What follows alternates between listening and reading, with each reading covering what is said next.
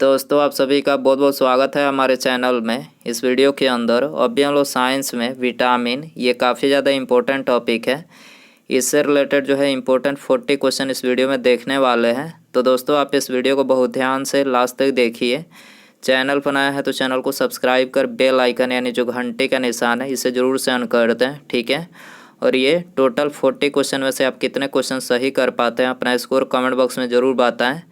तो देखिए यहाँ पर हमारा पहला क्वेश्चन दिया गया है, निम्नलिखित में से किस विटामिन में कोबाल्ट नामक खनिज पाया जाता है। तो देखिए करेक्ट आंसर ऑप्शन सी हो जाएगा। विटामिन B12 में जो है ये कोबाल्ट नामक खनिज पाया जाता है। इसके अलावा विटामिन B12 की बात करें तो इसका रासायनिक नाम क्या होता है। तो देखिए इसका जो रासायनिक नाम होता है वो होता है साइनोकोबाल्बिन। क्या होता है? साइनोकोबाल्बिन जो है इसका रासायनिक नाम होता है। विटामिन B1 की बात करें तो इसका रासायनिक नाम थायमिन होता है। थायमिन जो है विटामिन B1 का रासायनिक नाम होता है।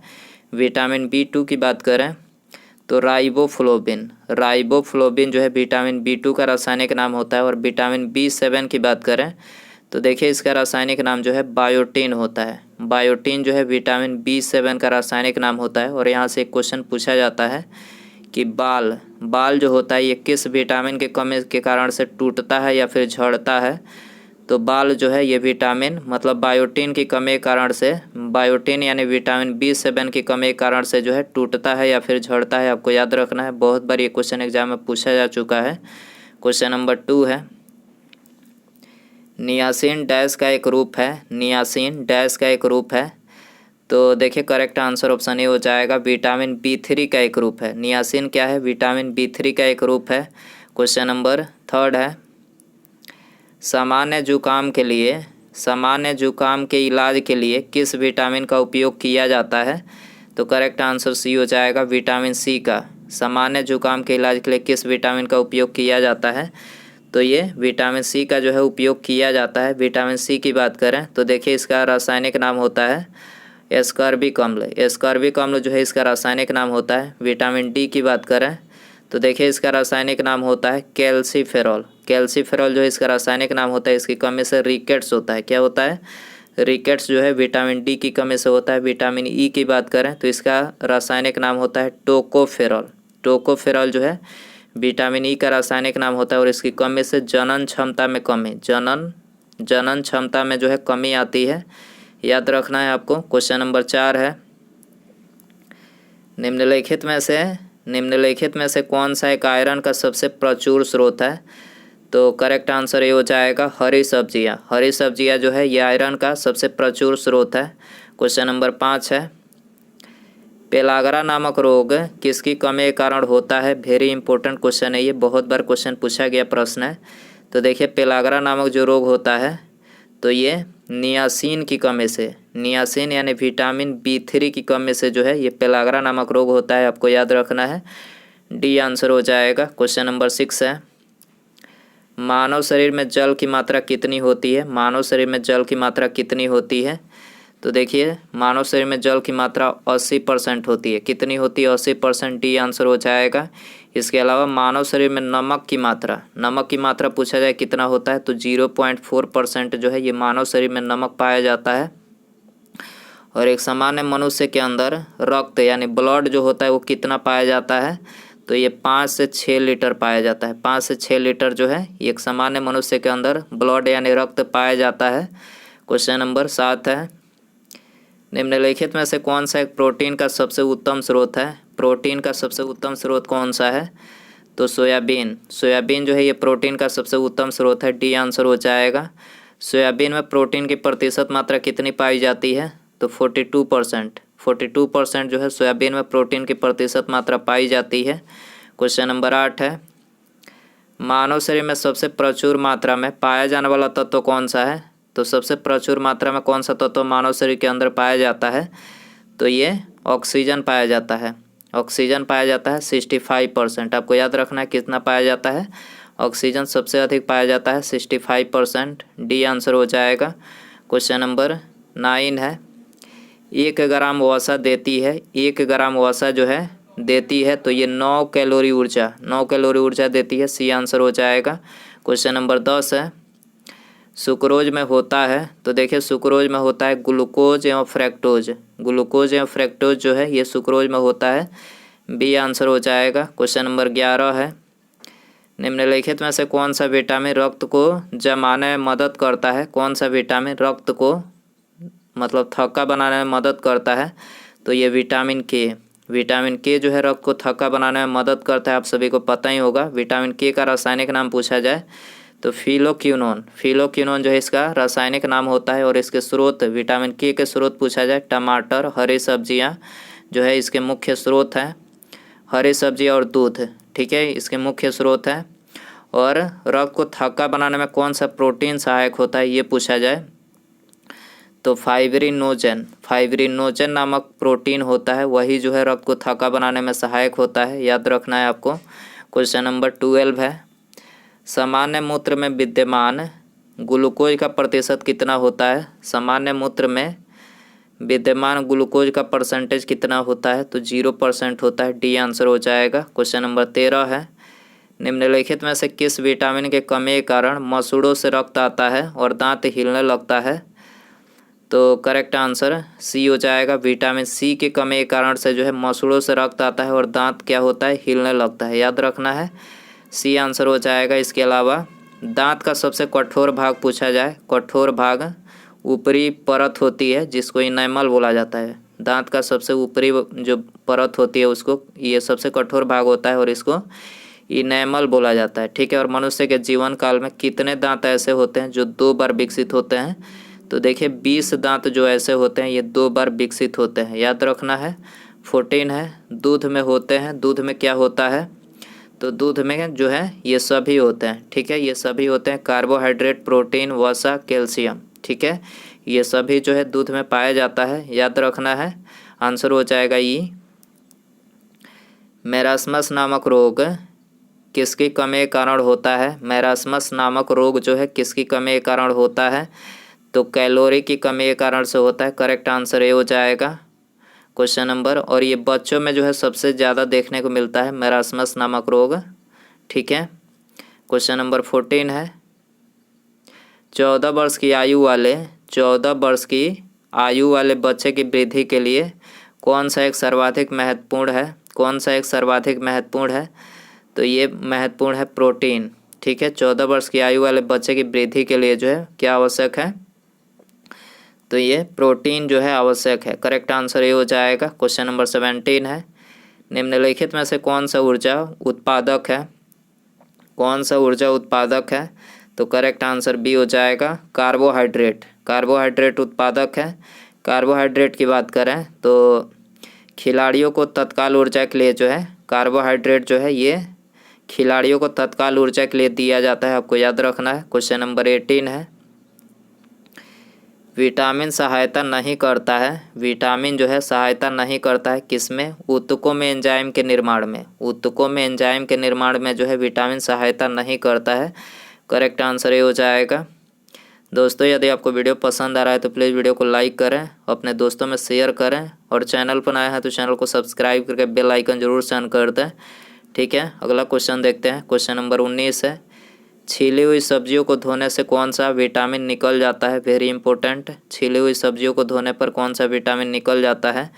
विटामिन सी निकल जाता है। सी आंसर हो जाएगा। इसके अलावा विटामिन सी की बात करें तो कोरोना वायरस जो होता है, कोरोना वायरस से लड़ने में विटामिन सी मदद करता है, आपको याद रखना है। कोरोना वायरस से विटामिन सी जो होता है ये कोरोना वायरस से लड़ने में मदद करता है, याद रखना है आपको। मानव अंग में विटामिन डैश नहीं करता है, मानव अंग में विटामिन जो है डैश नहीं करता है, तो ये कार्य शक्ति में आपूर्ति नहीं करता है। डी आंसर हो जाएगा। 21 है, हमारे आहार का निम्नलिखित में से कौन सा भाग हड्डियों और दांतों की संरचना के लिए आवश्यक है? हड्डियों और दांतों के लिए कौन सा आहार आवश्यक है? कैल्शियम आवश्यक है, ठीक है। सी आंसर हो जाएगा। कैल्शियम किस में पाया जाता है? दूध में पाया जाता है, याद रखना है। क्वेश्चन नंबर 22 है, हमारे भोजन में संरचनात्मक खाद्य पदार्थ कौन सा है? हमारे भोजन में संरचनात्मक खाद्य पदार्थ कौन सा है? तो यह है विटामिन एवं खनिज। विटामिन एवं खनिज जो है संरचनात्मक खाद्य पदार्थ है। सी आंसर हो जाएगा। निम्नलिखित में से किसमें प्रोटीन नहीं पाया जाता है? किसमें जो है प्रोटीन नहीं पाया जाता है? चावल में जो है प्रोटीन नहीं पाया जाता है। सी आंसर हो जाएगा मांस, दूध, दाल, तीनों में जो है प्रोटीन पाया जाता है। क्वेश्चन नंबर 24 है, निम्नलिखित में से कौन सा विटामिन हमारे शरीर में सबसे अधिक तीव्रता से बनता है? सबसे अधिक तीव्रता से कौन सा विटामिन बनता है? विटामिन डी बनता है। सूर्य की प्रकाश से जो है विटामिन डी हमें प्राप्त होता है और सबसे अधिक तीव्रता से यह हमारे बॉडी में बनता है। ठीक है, याद रखना है, आंसर हो जाएगा डी। क्वेश्चन नंबर 25 है, निम्नलिखित में से कौन सा विटामिन जल में घुलनशील होता है? तो जल में घुलनशील विटामिन कौन सा होता है? करेक्ट आंसर सी हो जाएगा, विटामिन सी। विटामिन बी और सी जो होता है ये जल में घुलनशील होता है। इसके अलावा वसा में घुलनशील विटामिन पूछा जाए, ये भी क्वेश्चन पूछा जाता है एग्जाम में। तो वसा में पूछा जाए तो विटामिन ए, डी, ई एवं के। ठीक है, विटामिन ए, डी एवं के जो है ये जल में घुलनशील विटामिन होता है। और विटामिन बी और सी जो होता है, सॉरी, ये वसा में घुलनशील होता है और विटामिन बी और सी जो होता है ये जल में घुलनशील होता है। याद रखना है, ए, डी, ई के वसा में घुलनशील है, विटामिन बी और सी जो है जल में घुलनशील है। याद रखना है। निम्नलिखित में से कौन सा रसायन जल में घुलनशील होता है? कौन सा रसायन जल में घुलनशील होता है? तो इंसुलिन। इंसुलिन जो है जल में घुलनशील होता है, बी आंसर हो जाएगा। एक शाकाहारी को अपने शरीर के लिए आवश्यक फास्फोरस कहाँ से मिल सकता है? तो आवश्यक फास्फोरस जो है ये दूध से मिल सकता है, डी आंसर हो जाएगा। प्रोटीन क्या है? प्रोटीन क्या है? तो पॉलीपेप्टाइड्स। पॉलीपेप्टाइड्स जो है ये प्रोटीन है, ये आंसर हो जाएगा। क्वेश्चन नंबर 29 है, निम्नलिखित में से कौन सा विटामिन यकृत में संचित किया जा सकता है?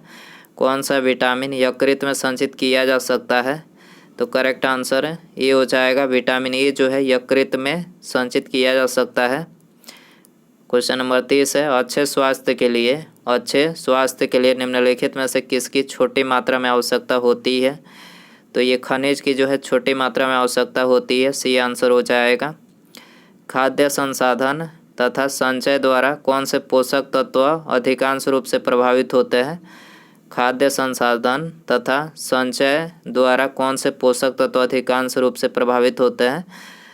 तो ये प्रभावित होते हैं कार्बोहाइड्रेट, बी आंसर हो जाएगा। निम्नलिखित में से कौन सा तत्व मानव जाति में प्राकृतिक रूप से नहीं पाया जाता है? कौन सा तत्व मानव जाति में प्राकृतिक रूप से नहीं पाया जाता है? तो सीसा जो है प्राकृतिक रूप से नहीं पाया जाता है, डी आंसर हो जाएगा। फास्फोरस प्रमुखता से किस में पाया जाता है? फास्फोरस जो है प्रमुखता से किस में पाया जाता है? प्रोटीन में पाया जाता है, ये आंसर हो जाएगा। क्वेश्चन नंबर 34 है, निम्नलिखित में से किस में कार्बोहाइड्रेट की न्यूनतम मात्रा होती है? किस में कार्बोहाइड्रेट की न्यूनतम मात्रा होती है? तो मटर में जो है न्यूनतम मात्रा होती है, डी आंसर हो जाएगा। निम्नलिखित में से कौन सा कथन असत्य है? कौन सा कथन असत्य है? पहला ही कथन असत्य है, दूध में कोई विटामिन नहीं होता है। तो देखिए ये कथन मतलब बिल्कुल गलत है, दूध में विटामिन पाया जाता है। बाकी जो 3 दिया गया है ये करेक्ट है। विटामिन ए, इसको रेटिनल इसका रासायनिक नाम है, इसकी कमी से त्वचा सूखी व चकत्तेदार हो जाती है, बिल्कुल करेक्ट है। स्कर्वी का एक लक्षण जोड़ों में दर्द है। विटामिन बी, जिसे थायमिन इसका रासायनिक नाम है, इसकी कमी से हृदय आघात यानी हार्ट फेलियर भी हो सकता है। तो याद रखना ये तीनों करेक्ट है, पहला गलत है, गलत पूछा गया था, ऑप्शन ए यहाँ पर करेक्ट हो जाएगा। पाचन क्रिया में प्रोटीन किस पदार्थ में बदल जाते हैं? पाचन क्रिया में प्रोटीन जो है किस पदार्थ में बदल जाते हैं? तो ये एमिनो अम्ल में बदल जाते हैं, सी आंसर हो जाएगा। इसके अलावा प्रोटीन बनाने के लिए कितने एमिनो अम्ल की आवश्यकता होती है? कितने एमिनो अम्ल की आवश्यकता होती है? 20 एमिनो अम्ल की आवश्यकता होती है। लौह आवश्यक है। तो देखिए उपर्युक्त सभी के लिए आवश्यक है, ठीक है। लोहा जो है उपर्युक्त सभी के लिए आवश्यक है। हीमोग्लोबिन व आरबीसी के निर्माण के लिए लोहा जो है हीमोग्लोबिन व आरबीसी के निर्माण के लिए, सामान्य स्वास्थ्य बनाए रखने के लिए, शरीर के ऊतकों तक ऑक्सीजन पहुंचाने के लिए, ठीक है, इन तीनों के लिए जो है लोहा आवश्यक है। निम्नलिखित में से कौन सा विटामिन खाना पकाते समय नष्ट हो जाता है? कौन सा विटामिन खाना मतलब पकाते समय नष्ट हो जाता है? तो करेक्ट आंसर बी हो जाएगा। विटामिन सी जो है ये खाना पकाते समय नष्ट हो जाता है। भोजन में शर्करा की जांच किसे डालकर की जाती है? भोजन में शर्करा की जांच किसे डालकर की जाती है? तो ये आयोडीन को डालकर की जाती है। ये आंसर हो जाएगा। क्वेश्चन नंबर 40 है और ये हमारा इस वीडियो का लास्ट क्वेश्चन है। पशुओं में मिल्क फीवर बीमारी किसकी कमी के कारण होती है? किसकी कमी के कारण होती है? पशुओं में मिल्क फीवर बीमारी किसकी कमी के कारण होती है? तो देखिए ये कैल्शियम की कमी के कारण से होती है। आंसर हो जाएगा ऑप्शन ए। दोस्तों ये थे विटामिन से related important 40 question. I hope कि ये वीडियो आपको पसंद आया रहेगा। पसंद आए तो प्लीज़ वीडियो को लाइक करें, दोस्तों में शेयर करें। चैनल पर नया है तो चैनल को सब्सक्राइब करके बेल आइकन प्रेस कर दें, ठीक है, ताकि जब भी मैं कोई न्यू वीडियो अपलोड करूं उसका नोटिफिकेशन जो है आपको सबसे पहले मिल सके। तो बेल आइकन सब्सक्राइब करने के बाद प्रेस कर दें, ठीक है। मिलते हैं अगले वीडियो में। नमस्कार, जय हिंद, जय भारत।